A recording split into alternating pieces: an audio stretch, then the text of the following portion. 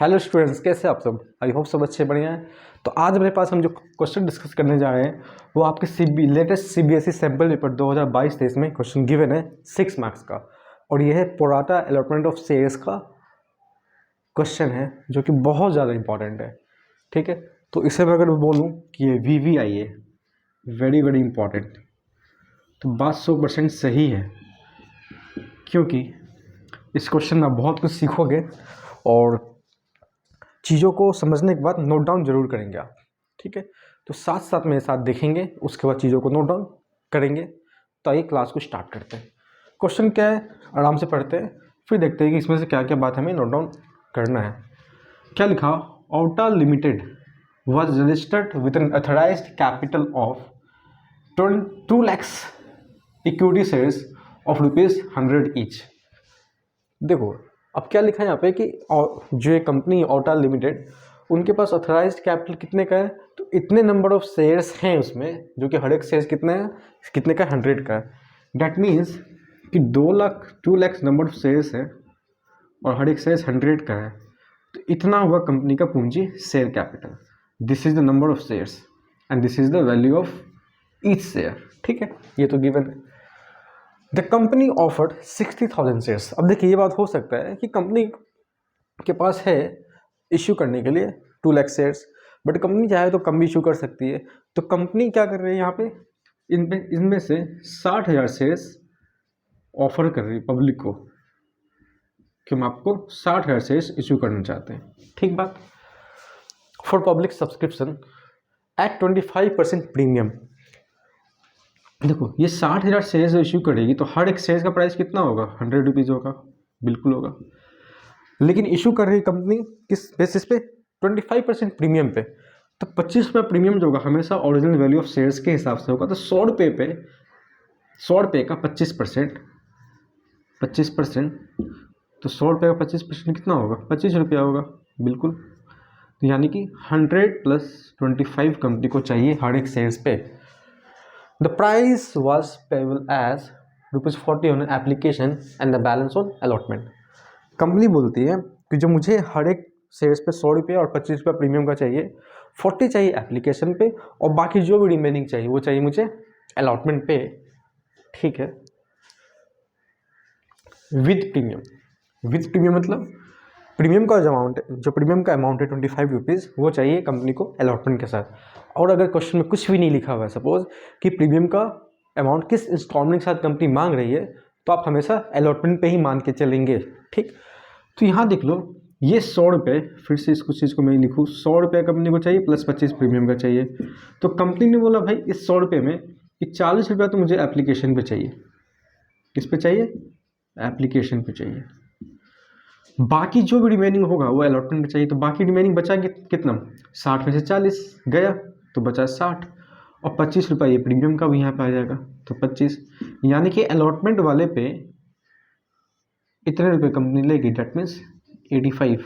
किस पर? अलॉटमेंट पर, अलॉटमेंट इंस्टॉलमेंट पर। ठीक है, तो यहाँ 2 ही इंस्टॉलमेंट हो गया, एप्लीकेशन और अलॉटमेंट। फिर क्या है? Public applied for 85,000 shares. Company issue करना चाह रही है 60,000 शेयर्स, बट कंपनी के पास एप्लीकेशंस आ गए 85,000 शेयर्स के लिए। तो ये कॉन्सेप्ट फिर से लग गया कि कंपनी बेचना चाह रही 60,000 शेयर्स, इशू करना चाह रही 60,000, बट कंपनी के पास एप्लीकेशन आ गया 85,000 शेयर्स के लिए। तो यहाँ पे ओवर सब्सक्रिप्शन का भी बात आ गया। मतलब कंपनी ऑफर कर रही है 60,000 शेयर्स, बट एप्लीकेशन कंपनी के पास आ गया 85,000। ठीक बात, चलो और आगे देखते हैं। Pro rata allotment. प्रोराटा में यही होता है ना कि भाई अगर 85,000 का एप्लीकेशन आया है तो company max to max allot जो कर सकती है वो 60,000। तो कंपनी क्या की होगी? किसी ने 2,000 के लिए अप्लाई किया होगा तो उसको 1,500 दे दी होगी, किसी ने 3,000 के लिए अप्लाई किया होगा उसको सपोज 1,800 या 2,000 दे दी होगी। तो एक रेशियो होता है कि अप्लाइड कितना हुआ होगा तो अलॉटेड कितना हुआ होगा। तो क्वेश्चन में कभी कभी रेशियो गिवन होता है, कभी कभी गिवन नहीं भी होता है। अगर गिवन है तो उस रेशियो के हिसाब से निकालेंगे, गिवन नहीं है तो हमने पिछले वीडियोस में इस क्वेश्चन को ऐसे क्वेश्चन करा है कि हम कैसे अप्लाइड से अलॉटेड पे या अलॉटेड से अप्लाइड पे पहुंचते हैं। तो इस क्वेश्चन में चेक करो क्या ऐसा कुछ गिवन है। तो लिखा क्या? Pro rata allotment was made in the ratio 5:4। इस क्वेश्चन में गिवन है जो अलॉटमेंट किया गया है शेयर्स जो इशू किया गया है 85 एप्लीकेंट्स को, जो बांटा गया होगा टोटल वो तो 60,000, बट किस रेशियो में, वो रेशियो गिवन है। बहुत इंपॉर्टेंट बात है, अब इसे हम समझेंगे। And remaining applicants were sent letters of regret, बोला इस रेशियो में बांटने के बाद कुछ एप्लीकेंट्स को लेटर्स ऑफ रिग्रेट, मतलब कि हम तुमको शेयर्स नहीं इशू कर सकते, तुम्हारा पैसा हम वापस भेज रहे हैं। फिर आगे भी और कई बातें, लेकिन उसको समझने से पहले इस चीज़ को समझ लो, बड़े ही ध्यान से समझना, बहुत इंपॉर्टेंट है। देखो कंपनी के पास तो था 2 लाख शेयर्स, है ना, बट कंपनी ऑफर कर रही है कितना शेयर्स, 60,000 शेयर्स। बट कंपनी के पास जो एप्लीकेशंस आ गए वो तो आ गया 85,000 शेयर्स के लिए। अब इस 85,000 वाले में शेयर्स का जो एप्लीकेशन आया है, तो कंपनी बोली हम बांटेंगे जरूर, अलॉटमेंट जरूर करेंगे। अलॉटमेंट का मतलब यहाँ पे क्या, इशू जरूर करेंगे शेयर्स, लेकिन इस रेशियो में करेंगे। अब एक बात बताओ मेरे को, हमें ना तो अप्लाइड सही से पता है, नहीं पता है, कितना रिजेक्ट किया वो भी नहीं पता है, लेकिन एक बात तो समझ में आ रहा है, किसी भी सिचुएशन में कंपनी मैक्स टू मैक्स कितने शेयर्स अलॉट कर सकती है, 60,000, क्योंकि कंपनी ऑफर करी सिर्फ 60,000 शेयर्स। तो यहाँ पे जो 5:4 लिखा है, तो इसको आप ऐसे पढ़ोगे कि अगर अप्लाइड 4 है तो एलोटेड 5 है, अगर अप्लाइड ये है 5 तो एलोटेड कितना है, 4 है। मतलब मुझे अप्लाइड एलोटेड का कुछ आइडिया होना चाहिए, क्योंकि रेशियो यही कहता है कि अगर 5 अप्लाइड है तो 4 एलोटेड है। और यहाँ देखो ये हमें समझ में आ रहा है कि this must be the allotted, क्योंकि यही company max to max allot कर सकती है। बट से 85,000 में ये नहीं पता चल रहा है ना कि कंपनी ने अगर रिजेक्ट किया है तो कितना किया है, क्योंकि अगर मुझे ये पता चल जाए कि सपोज कंपनी ने 5,000 अगर रिजेक्ट किया होगा, मान लेते हैं अगर पता है, तो हमें ये पता चल सकता है कि अच्छा उस केस में 60,000 एलोटेड हो जाएगा और 85 में से 5 हटा दो तो 80 जो बचेगा वो हो जाएगा क्या चीज़, अप्लाइड हो जाएगा। ये पता हो तब ना कि रिजेक्ट कितना किया, ये तो पता ही नहीं है।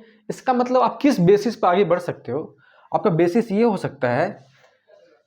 सकता है कि जब अप्लाइड के बारे में कोई नॉलेज नहीं है तो एलोटेड से स्टार्ट कर लेते हैं कि एलोटेड कितना है तो अप्लाइड कितना होगा। इसका मतलब ये जो अप्लाइड है ये एलोटेड है और हमें exact number of allotted max to max पता है, तो हम इससे स्टार्ट कर लेते हैं। तो हम क्या लिखते हैं, यहाँ लिखा मैंने एलोटेड और यहाँ मैंने लिखा अप्लाइड, क्योंकि अगर 60 एलोटेड है तो मैक्सिमम कितने अप्लाइड किए होंगे, अगर वो निकल जाएगा तो आपको ये भी समझ में आ जाएगा कि रिजेक्शंस कितने रहे होंगे, है ना। रिजेक्शंस मतलब कितने कंपनी ने कितने एप्लीकेंट्स को रिजेक्ट किया है। तो अगर मैं बोलूँ 4 अगर एलोटेड है तो 5 अप्लाइड है, ऐसा तो बोल सकते हैं। 4 एलोटेड है तो अप्लाइड कितना है, 5। अगर 1 होगा एलोटेड तो अप्लाइड कितना होगा, 5/4। और मैक्स टू मैक्स 60,000 कंपनी अगर अलॉट की होगी तो अप्लाइड कितना रहा होगा, 12। ये कटेगा कितने बार में, 15, 1 2 3, तो कितना आ रहा है 30 × 30, 15,000 × 5, 75,000। इसका मतलब तो ये हो गया कि कंपनी ने जब अलॉट किया होगा अगर 60 तो मैक्स टू मैक्स एप्लीकेशन आया होगा 75 के लिए। इसका मतलब ये होता है कि एप्लीकेशन तो आया 85 के लिए, बट 60 के बेसिस पे देखा तो 75 निकला। डेट मीन्स इस 85 में से कंपनी ने तुरंत रिजेक्ट कर दिया होगा 10,000 को, तो कंपनी ने बोला होगा कि अब हम अप्लाइड मानेंगे 75, जिसमें कि हम अलॉट कर रहे हैं 60,000 शेयर्स। तो जैसे ही आपका अप्लाइड निकल गया तो आप ये बोलेंगे 85 में से 75 आ रहा है अप्लाइड एक्चुअल में। तो यानी कि कहीं ना कहीं इसमें 10,000 डिफरेंस है 10,000 का एप्लीकेशंस का। वो क्यों आ रहा है, क्योंकि कंपनी ने 10,000 रिजेक्शंस कर दिए होंगे, तो 50 ही अप्लाइड नहीं होगा, आपका 75 ही अप्लाइड होगा, 75 अप्लाइड। तो अब ये सोचोगे कि अप्लाइड मतलब कंपनी ने मैक्स टू मैक्स जो एप्लीकेशंस को इंटरटेन किए होंगे 75 को।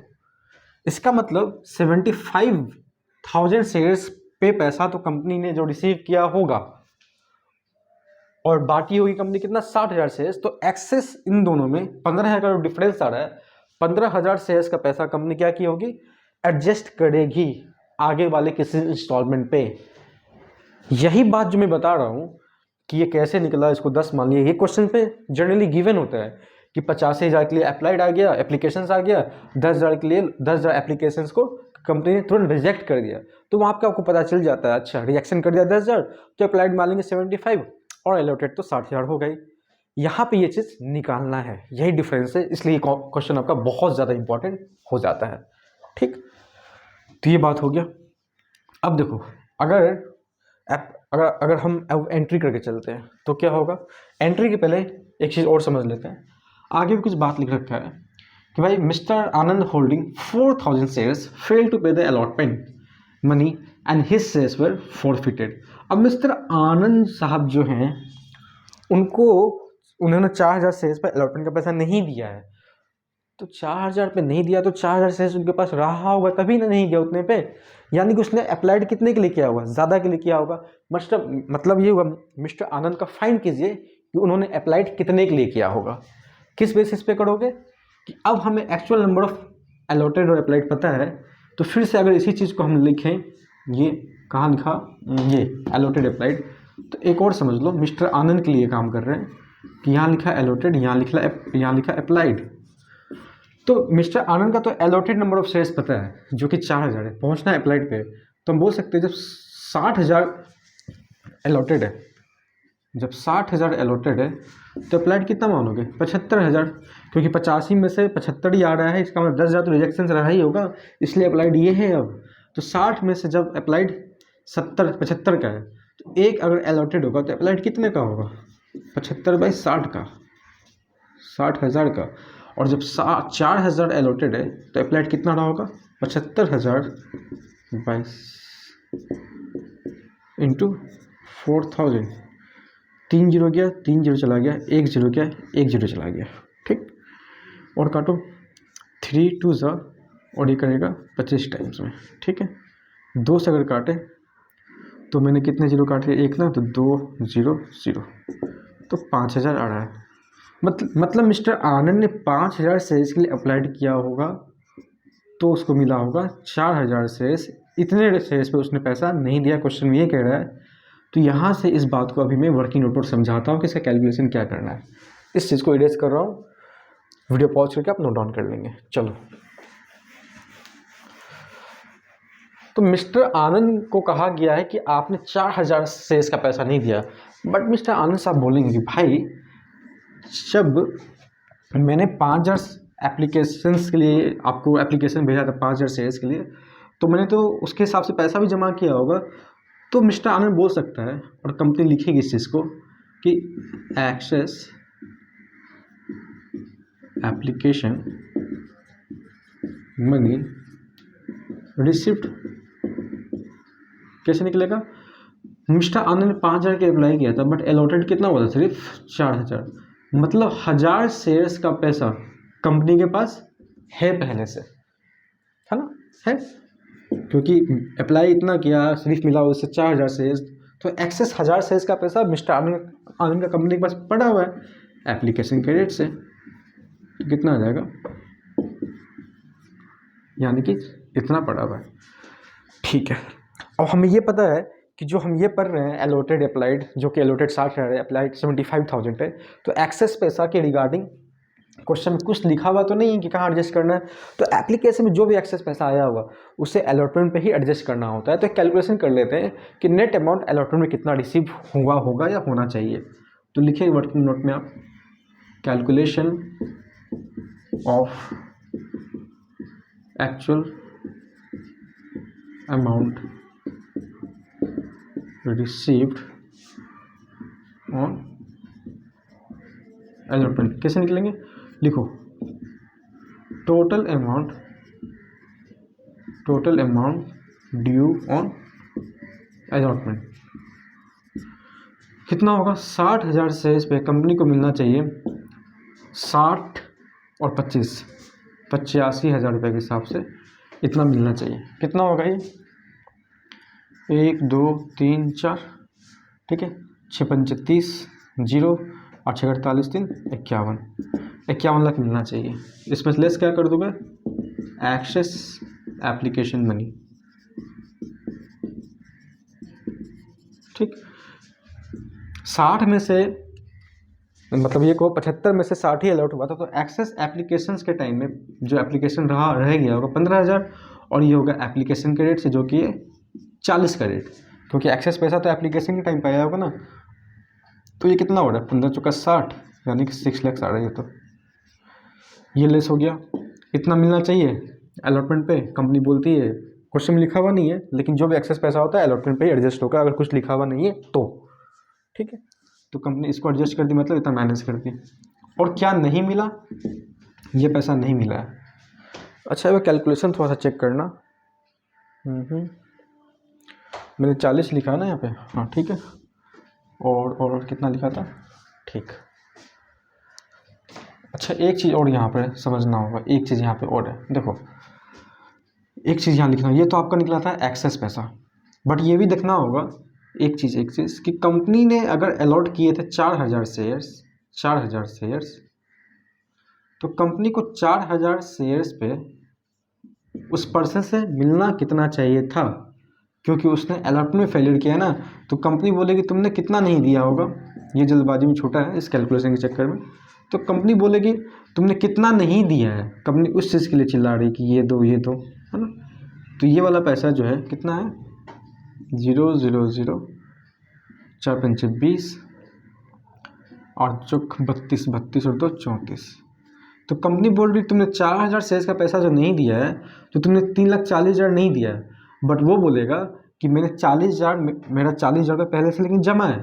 तो आप वो पर्सन ये बोल सकता है मिस्टर आनंद कि आप जो बोल रहे 3,40,000 मैंने नहीं दिया है, आप ऐसा नहीं बोल सकते, क्योंकि मैंने 40,000 का पहले जमा भी कर रखा है एक्सेस के बेसिस पे, क्योंकि मैंने अप्लाई किया था 5,000 के लिए, मुझे शेयर्स मिला 4,000, तो मेरा 40,000 आपके पास जमा है। तो आप 3,40 ना बोलें, आप बोलेंगे सिर्फ क्या 40 पहले हटा दो, तो आप 3 लाख रुपया मेरे से सिर्फ मांग सकते हैं। कितना मांग सकते हैं, 3 लाख रुपया। तो आप ये मत बोलिए कि इतना मैंने नहीं दिया, मैंने इतना नहीं दिया, मतलब this is the amount not receive on allotment by the company on 4,000 shares. तो यहाँ जो लेस होगा अमाउंट नॉट रिसीव्ड, वो कौन सा हो जाएगा, ये वाला 51 माइनस 51 माइनस 6 45 माइनस 3, तो 42 लाख। तो कंपनी को मिलना है अलॉटमेंट में इतना, जिसमें कि पहले इतना मिल ही चुका और इतना नहीं मिला। तो नेट अलॉटमेंट में जो मिलेगा वो कितना मिलेगा, 42 लाख मिलेगा। ठीक है, चलो मार्केट थोड़ा सा चेंज करना पड़ रहा है। तो अब हम चलते हैं एंट्री के पीछे, एंट्री की तरफ। जो जल्दबाजी में मैंने यहाँ छूट गया था मेरे से, उस चीज़ को आप ध्यान रखेंगे, आप जल्दबाजी ना करेंगे। चलो एंट्री करते हैं। सबसे पहले एंट्री क्या होगा, bank account debit to equity share application. कोई क्वेश्चन में इक्विटी शेयर मेंशन है ना, मेंशन है यहाँ पर equity share application. Total company के पास एप्लीकेशन आया था 85,000 शेयर्स के लिए 40 के हिसाब से, क्योंकि एप्लीकेशन रेट 40 है। तो यहाँ हो जाएगा कितना, 4 1 2 3 4 पंचे 20 0 2 8 32 और 2 34, यहाँ मिल जाएगा 34। अब share equity share application account debit to equity share capital account. जो एक्सेस पैसा है अलॉटमेंट पे एडजस्ट करना है, तो यहाँ पे लिखेंगे टू शेयर अलॉटमेंट टू, कुछ पैसा रिजेक्ट हुआ है, कुछ एप्लीकेशन रिजेक्ट हुआ है, तो पैसा वापस भी करना है। तो 85 में से 75 अप्लाइड माना है, यानी कि 10,000 रिजेक्शन हमारा निकला था, 40 के हिसाब से वापस होगा, तो 4 लाख वापस हो गया। एक बात ये, अलॉटमेंट में कितना एडजस्ट किया गया है, कितना रुपया, तो डायरेक्टली इसको उठा के यहाँ से लिख दो 6 लाख।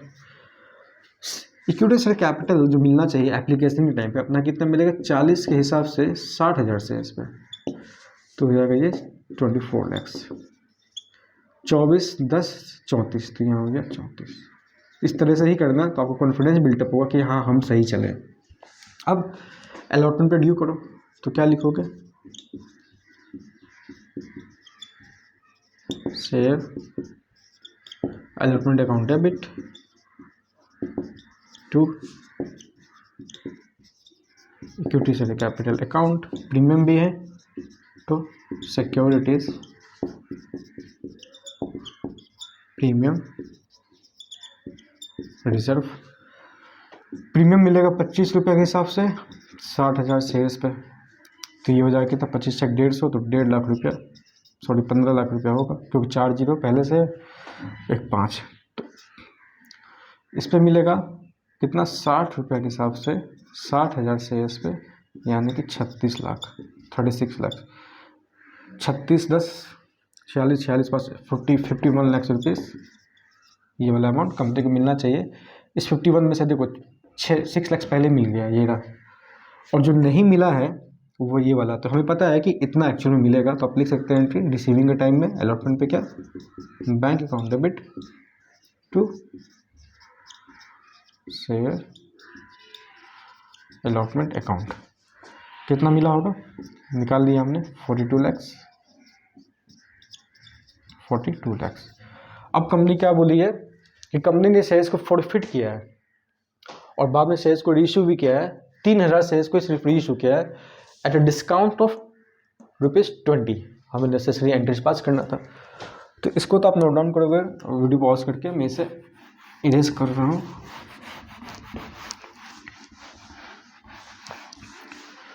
फॉर फ्यूचर का एंट्री क्या होगा ध्यान से देखो, equity share capital account debit. Allotment में पैसा नहीं मिला है जितने शेयर्स पे, यानी कि प्रीमियम भी उतना शेयर्स पे नहीं मिला होगा, यानी कि प्रीमियम को डेबिट करना होगा जब जिस इंस्टॉलमेंट पे प्रीमियम भी रहता है, अगर वो इंस्टॉलमेंट का कुछ शेयर्स पे पैसा नहीं मिला है तो प्रीमियम को भी डेबिट करना होगा। इसलिए हम यहाँ क्या करेंगे प्रीमियम डेबिट करेंगे टू सिक्योरिटीज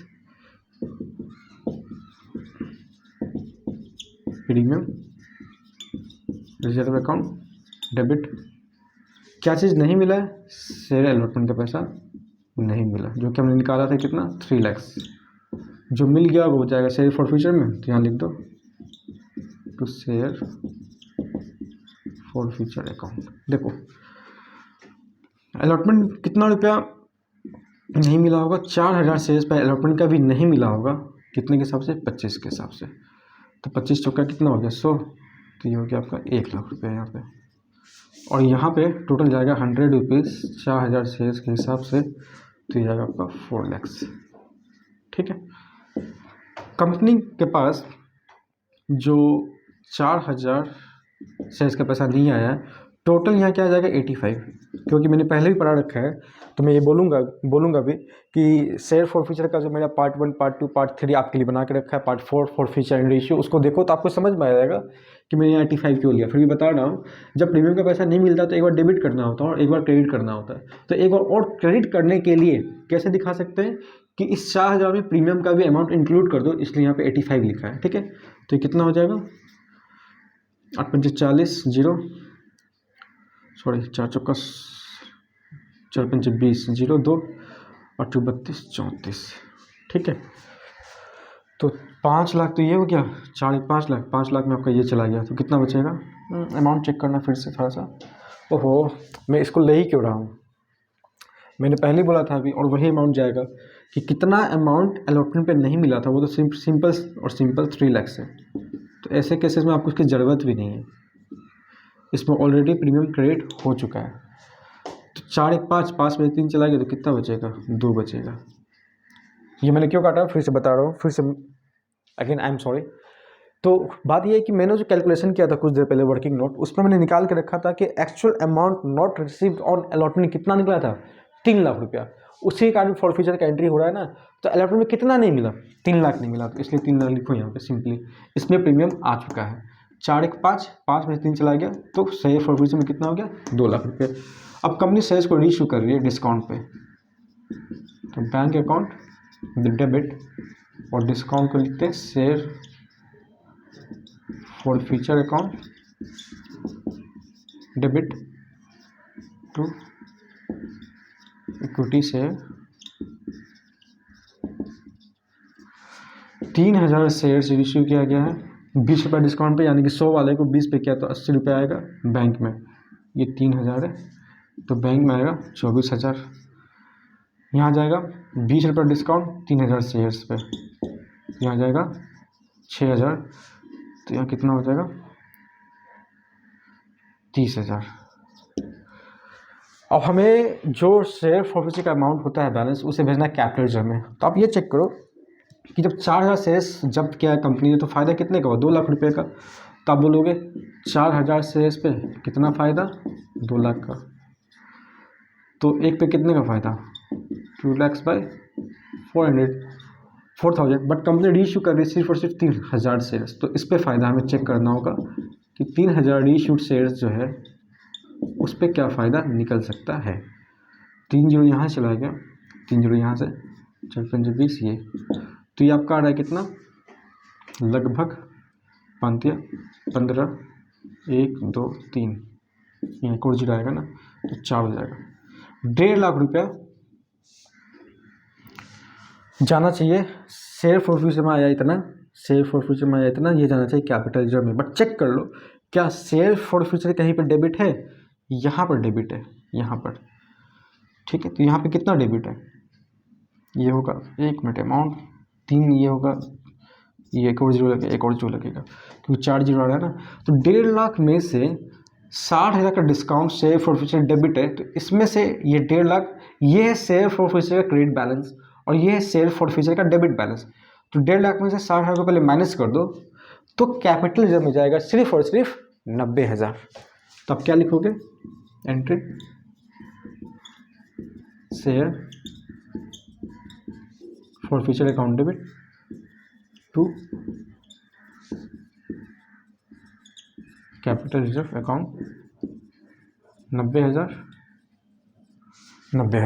ठीक है। तो क्वेश्चन तो बहुत ज़्यादा इंपॉर्टेंट है ना।